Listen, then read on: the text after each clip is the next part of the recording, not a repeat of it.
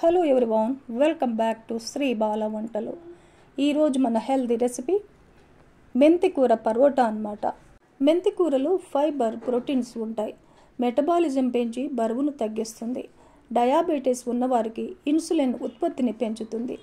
మెంతికూరని క్రమం తప్పకుండా తీసుకోవడం వల్ల చర్మంపై ముడతలు రాకుండా కాపాడుతుంది. ఇలా చెప్పుకుపోతే మెంతికూరలో ఎన్నో రకాల హెల్త్ బెనిఫిట్స్ ఉంటాయి. ఈ మేతి పరోటాకి కర్రీస్ కూడా అవసరమే లేదండి. ఏదైనా ఊరగాయలతో కానీ కమ్మటి పెరుగుతో కానీ హ్యాపీగా తినేయవచ్చు. ఈ మేతి పరోటా మార్నింగ్ బ్రేక్ఫాస్ట్ టైంలో కానీ, లంచ్ టైంలో కానీ, డిన్నర్ టైంలో కూడా ఎప్పుడైనా ఈజీగా ప్రిపేర్ చేసుకొని హెల్తీ రెసిపీని తీసుకోవచ్చు. మరైతే లేట్ చేయకుండా మనం ప్రాసెస్లోకి వెళ్ళిపోదాం. సాఫ్ట్ మేతి పరోటాని ఎలా ప్రిపేర్ చేసుకోవాలి అన్నది చూద్దాం పదండి.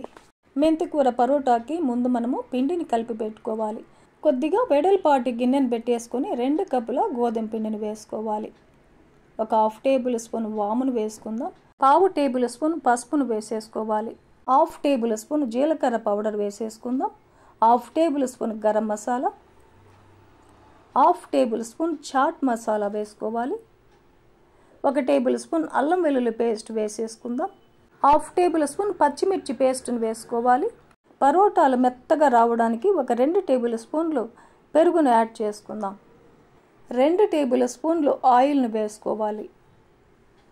టేస్ట్కు సరిపడా సాల్ట్ను కూడా యాడ్ చేసుకొని, ఏ కప్పుతో అయితే మనం గోధుమ పిండిని కొలుచుకున్నామో అదే కప్పుతో 2 కప్పుల గోధుమ పిండికి 1 కప్పు మెంతికూరని ఒక 2-3 సార్లు నీట్గా కడిగేసుకొని ఇలా పీసెస్గా కట్ చేసి వేసేసుకోవాలి. ఫస్ట్ వాటర్ వేయకుండా కలిపేసుకుందాం. చూడండి, ఇలా కలిపేసుకున్నాక కొద్దిగా వాటర్ని యాడ్ చేసుకుంటూ పిండిని కలిపేసుకుందాం.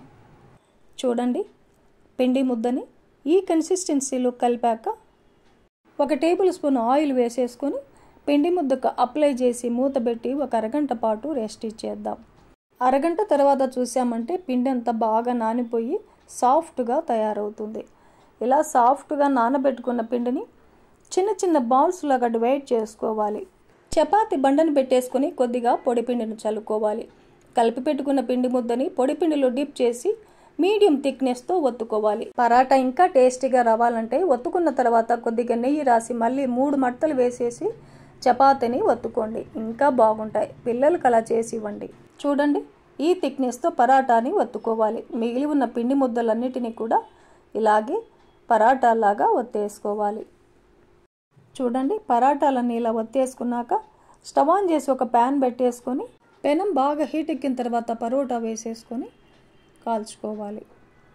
చూడండి, పరోటా ఇలా బబుల్స్ వస్తున్నప్పుడు రెండో వైపు కూడా తిప్పేసుకొని కాల్చుకుందాం. పరోటాని 2 వైపులా ఇలా బాగా కాల్చుకున్న తర్వాత కొద్దిగా ఆయిల్ వేసేసి స్ప్రెడ్ చేసుకుందాం. చపాతీని రెండో వైపు కూడా తిప్పేసి రెండో వైపు కూడా కొద్దిగా ఆయిల్ వేసి స్ప్రెడ్ చేయాలి. నేను ఇక్కడ ఆయిల్ వేసి పరోటాలని కాలుస్తున్నాను కదండి.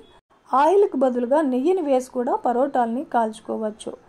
నెయ్యి వేసి కాల్చుకున్నామంటే పరోటాలు ఇంకా రుచిగా ఉంటాయన్నమాట. పరోటా ఇలా బాగా 2 వైపులా వేయించుకొని ప్లేట్లో తీసుకోవడమే. ఇలాగే మిగిలి ఉన్న పరోటాలన్నిటినీ కూడా కాల్చుకొని తీసుకోవాలి. ఎంతో హెల్తీగా, టేస్టీగా, సాఫ్ట్గా ఉండే మేతి పరోటా మనకు రెడీ అయిపోయింది. ఈ పరోటాలకి కర్రీ అవసరమే లేదండి. ఏదైనా పచ్చడి పెట్టేసుకొని తినచ్చు, లేదంటే పెరుగుతో కూడా తినచ్చు. టేస్ట్ చాలా బాగుంటాయండి. మరెందుకండి ఆలస్యం, ఈ మేతి పరోటాని ఈ ప్రాసెస్లో మీరు కూడా ఇంట్లో ప్రిపేర్ చేసి టేస్ట్ చేయండి. ఈ రెసిపీ మీకు నచ్చితే లైక్ చేయండి, షేర్ చేయండి, సబ్స్క్రైబ్ చేయండి. థ్యాంక్ యూ అండి. Thanks for watching.